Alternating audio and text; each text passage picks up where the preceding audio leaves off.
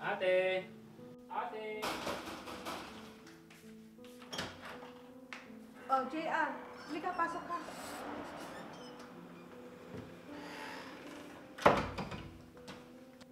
Bakit naparito ka? Ate, ito pala yung nahiram ko sa'yo. Oh, baka naman wala ka ng pera dyan. Sa susunod na anihan mo na lang ibalik sa akin. Hindi ate, ayoko nang maipon yung utang ko sa'yo. Mas mabuti kung babayaran ko na ngayon. Para sa susunod, makakaulit kami sa'yo.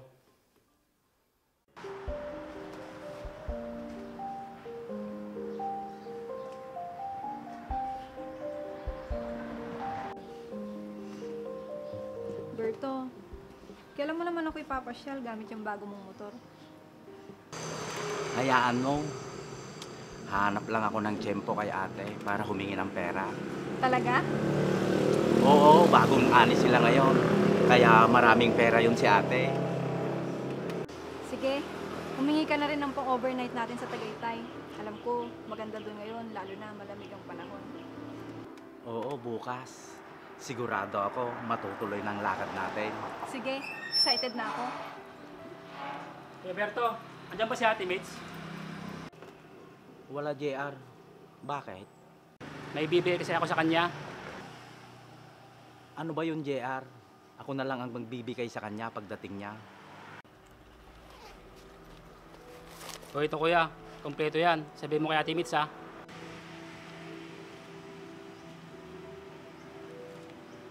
Pupunta kasi ako mamaya. Baka hindi ko maibigay sa kanya yan. Sige, ako nang bahala dito, JR. Salamat kuya. Sige, alis na ako. Sige, mag-iingat ka. Berto, ano yan?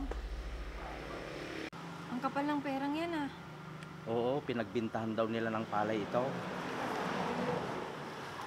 Ang daming pera nito. Makakahingi ka na ng pera sa ate mo niyan.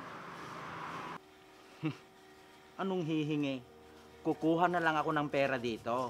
Hindi ko na ipapaalam to kay ate. Baka mamaya niyan, Berto. Mapagalitan ka ng ate mo. Hindi yan. Saka kunti lang naman ang kukunin ko para may pang-outing tayo. Ikaw ang bahala. Kasya na siguro to. Berto, ibalik mo na lang kaya yan. Sus, barya lang to kay ate. Kaya hindi na niya mahalata. Tara na sa loob. Mainit na dito. Sige. Hindi na.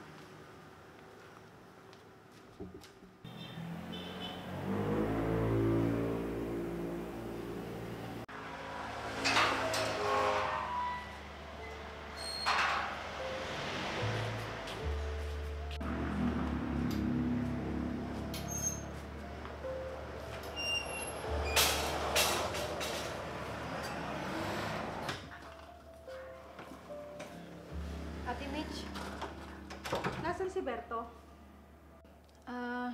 Nasa kwarto po.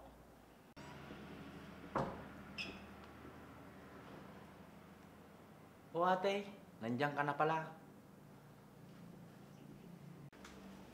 Berto, may binigay ba sa'yo si JR na sobre?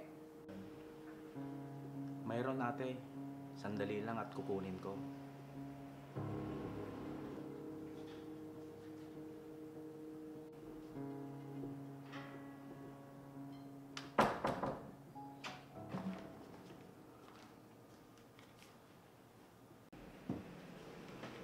Ito na ate. Sabi nga pala ni JR kanina, hindi ka na mahintay dahil may pupuntahan daw siya. Ganun ba?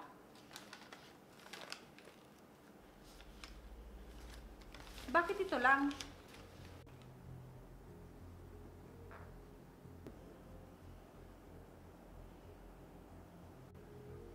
Hindi ko alam ate. Tanungin mo na lang si JR.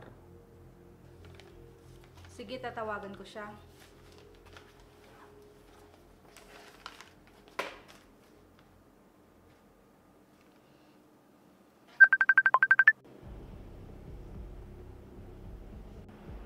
Hello Ate Mitch. JR, bakit ito lang ang binigay mong pera? Kulang ng 10,000 to ah. Ha? Ate, kompleto yan ang inabot ko kay Kuya Berto. Ganun ba? O sige na. Berto, binawasan mo ba tong pera? Ate, pwede bang akin na lang yung 10,000? May paggagamitan sana ako. Bakit hindi mo muna pinaalam sa akin bago mo kunin? Ano ka ba naman, Berto? Pasensya ka na, ate. Hindi bale, ibabalik ko din sa'yo pag nagkaroon ako ng pera. Kailan pa? Hindi ka nga makahanap ng matinong trabaho, tapos panay ang asa mo pa sa akin?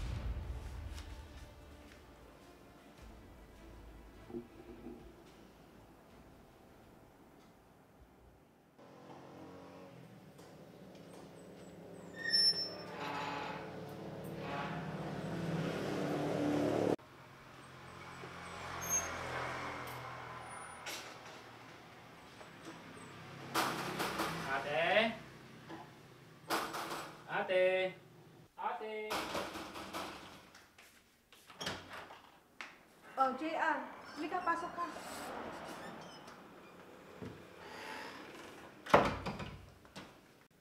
Bakit naparito ka? Ate, ito pala yung nahiram ko sa'yo. Oh, baka naman wala ka ng pera dyan. Sa susunod na anihan mo na lang ibalik sa akin. Hindi ate, ayoko nang maipon yung utang ko sa'yo. Mas mabuti kung babayaran ko na ngayon. Para sa susunod, makakaulit kami sa'yo. Sige, ikaw ang bahala. Mabuti nakakatulong sa'yo ang sinasaka mo na pinamana sa'yo nila Papa. Oo ate, malaking tulong din yun kahit papano. Sayang lang yung pinamana nila Papa kay Kuya Berto. Bilenta lang niya. Kaya nga, at naubos lang agad ito. Tuloy, wala siyang sinasaka ngayon. Puro lang kasi bisyo si Berto. Hindi niya iniisip ang kinabukasan niya. Kaya nga ate, umaasa lang sa'yo. Tapos lagi mo siyang pinagbibigyan. Bakit ba, JR? Pinapakialman mo ako? Ano naman ngayon kung lagi akong humihingi kay ate? Berto, tama na. Bakit? Totoo naman hindi mo nga maayos yung buhay mo. Tatanda ka na lang ganyan ng buhay mo. Palaasa kay ate. Ano bang pakialam mo, JR? Mabuti pa si ate, tinutulungan ako. Eh, ikaw? Bakit? Hindi ba kita tinulungan noon? Nung kailangan mo ng pera para sa mga utang mo. Ako ang lahat nagbayad noon. Tama na, Berto. Ano pa ba ang gusto mong tulong na ibigay sa'yo? Lahat na binigay namin sa'yo. Sinuportahan ka namin. Dahil alam namin na wala kang mahanap na matinong trabaho. Pero hanggang kailan yon? Puro na lang ba pagpapasarap ang gagawin mo sa buhay mo? Kuya naman, magbaho ka na. Hindi pa huli ang lahat. Bahala kayo. Tabi ka dyan.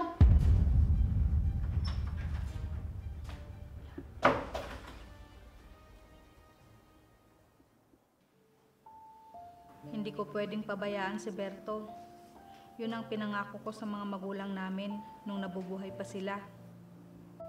Pero sumusobra na siya. Nakaasa na lang siya lagi sa akin. Hindi marunong magbanat ng buto.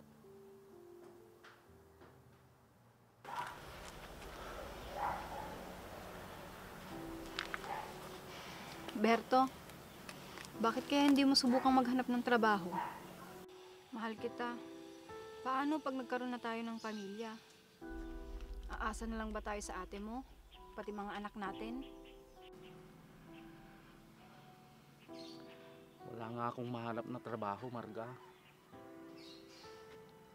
Paano ka naman makakahanap ng trabaho? Eh, hindi ka naman nag-a-apply. Pabayaan mo nga ako sa diskarte ko. Bakit? Sino ka ba? Ah, ganun. Sino pala ako, ha?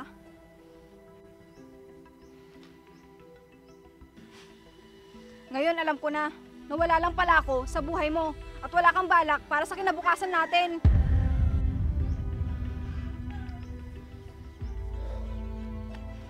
Sige, kung ganon, bahala ka na. Maghiwalay na tayo. Marga! Saan ka pupunta?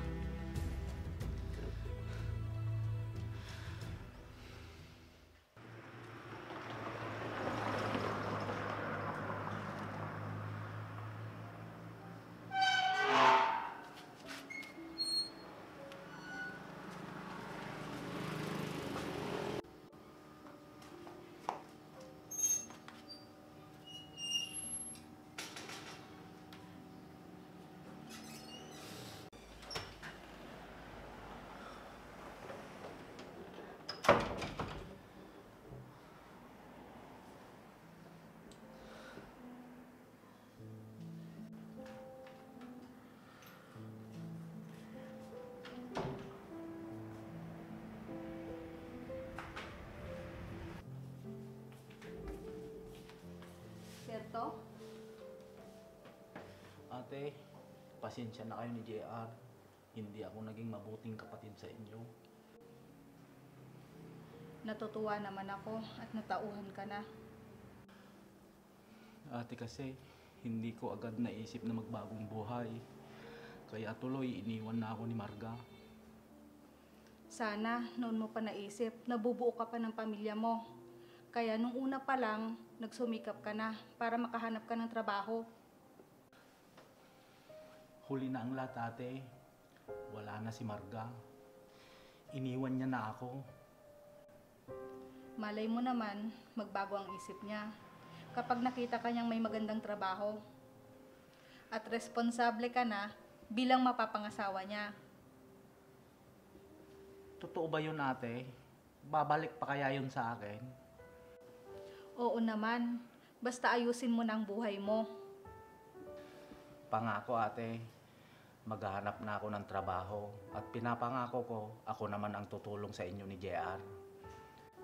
Wag na, sarili mo na muna ang unahin at intindihin mo. Ayos lang kami ng kapatid mo. Salamat, ate, sa pangunawa mo. Tara na, kumain na tayo, baka nagugutom ka na. Sige, ate.